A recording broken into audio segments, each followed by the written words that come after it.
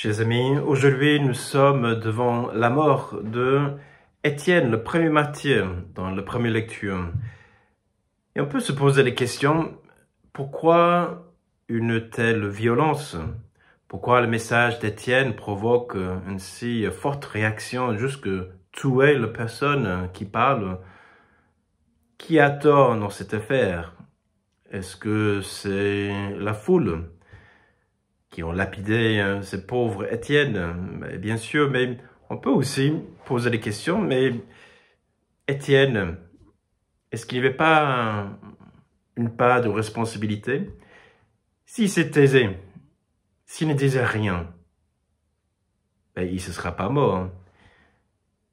Est-ce que c'est lui qui a un peu provoqué les foules de commettre un si horrible crime?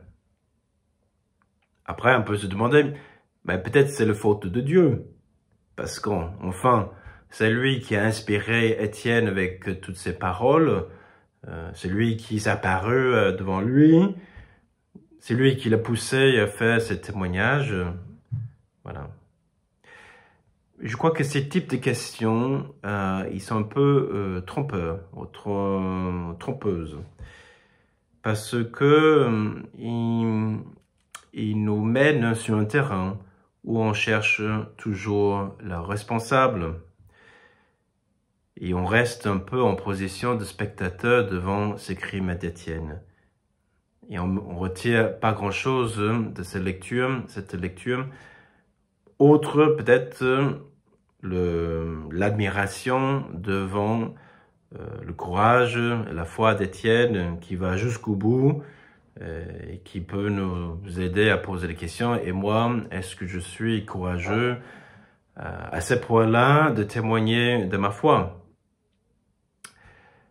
Mais si on revient sur la question de la violence, au lieu de regarder les autres, les violences qui nous entourent parfois, je crois que ce serait bien que cette lecture nous pousse à poser les questions « Et moi? Est-ce que ça m'arrive d'être violent dans mes propos, dans mes paroles, dans mes gestes, dans mes actions, sur des blogs? Et pourquoi?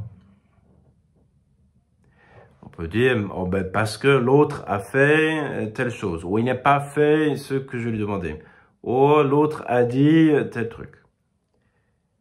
Mais je crois que c'est là, le Christ nous invite à toujours faire une relecture plus profonde et se demander, qu'est-ce qu'il y a en moi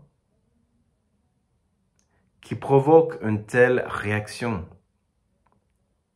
qui provoque une réaction si forte et parfois violente?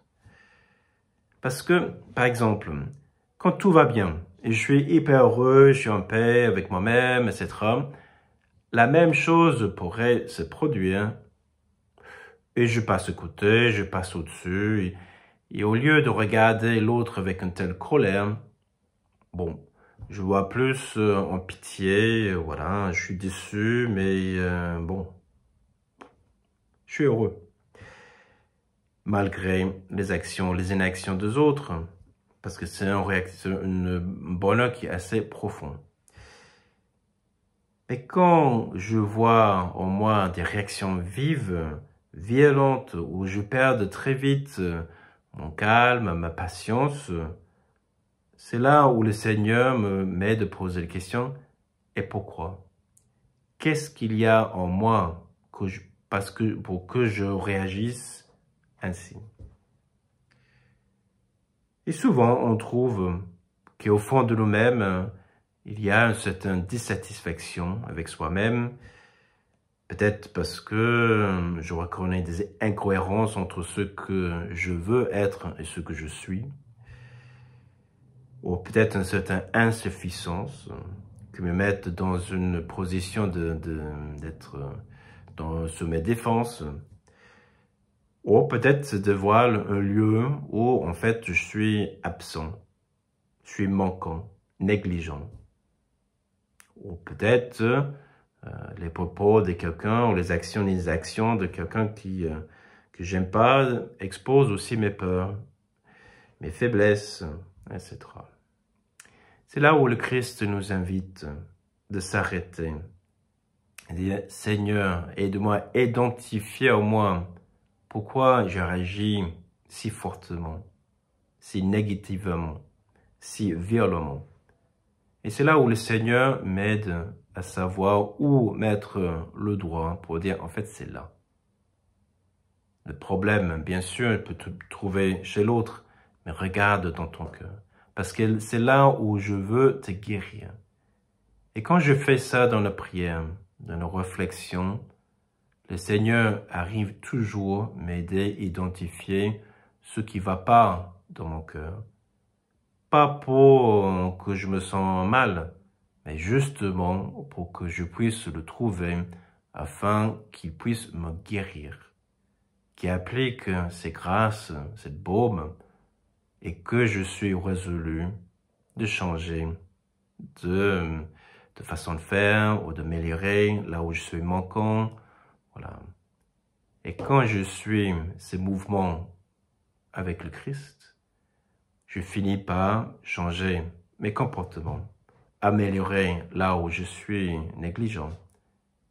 Et ainsi mon cœur trouve ou vit un plus grande paix. Cette paix devient plus profonde en moi.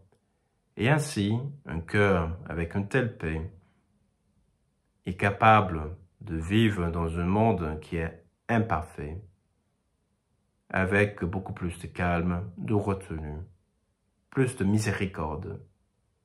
Voilà. Tel comme le Christ a toujours vécu ici sur la terre. Donc, prions donc le Seigneur qui nous aide à nous accompagner ou qui nous accompagne pour nous aider à trouver ce qui a besoin d'être corrigé chez nous, afin qu'on puisse vivre dans un plus grand calme, la plus grande paix, et que la violence, au moins, puisse disparaître de notre façon de vivre. Amen.